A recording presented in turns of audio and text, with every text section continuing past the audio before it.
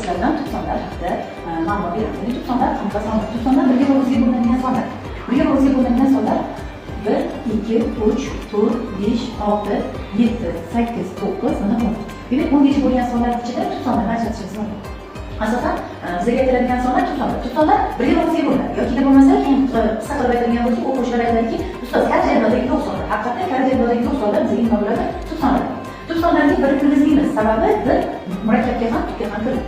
2 kiradi. Demak, bu degani tub sonning eng kichik soni, lekin eng kichik nimasi bo'lar ekan? Juft son bo'lar ekan. Juft son. Demak, 2 ni kirgizamiz. Ya'ni 2 qaysi sonlarga bo'linadi? Bular ichida 4 chiqib ketdi. Sababi 4 ham 2 ga, ham 1 ga, ham o'ziga bo'linadi. Bu murakkab. Ya'ni 2 ga bo'linadigan sonlarni o'chirib chiqamiz. Mana bu sonlar. Undan keyin 3 tub son. 3 tub son bo'ladigan bo'lsa, bular qaysi songa bo'linadi? Ularni qisqartirib ko'ramiz. Ya'ni bu sonlarni murakkab sonlarga chiqaramiz. 5 tub son, 7 tub son. Demak, birdan 10 gacha bo'lgan sonlar ichida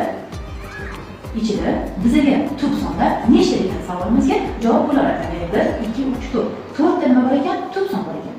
4 ta tub son bor ekan. Bular ichida soddalashtirsak, misol uchun oldini olamiz. Oldi ham 2 ga, ham o'ziga, ham 1 ga, ham 3 ga bo'linadi. Misol uchun 8 o'ziga, 1 ga, 2 ga, 4 ga bo'linadi. Misol 10 oladigan bo'lsak, 10 1 ga, 2 ga, 5 ga bo'linadi. Savollar bo'lsa, kommentariyga yozsanglar bo'ladi.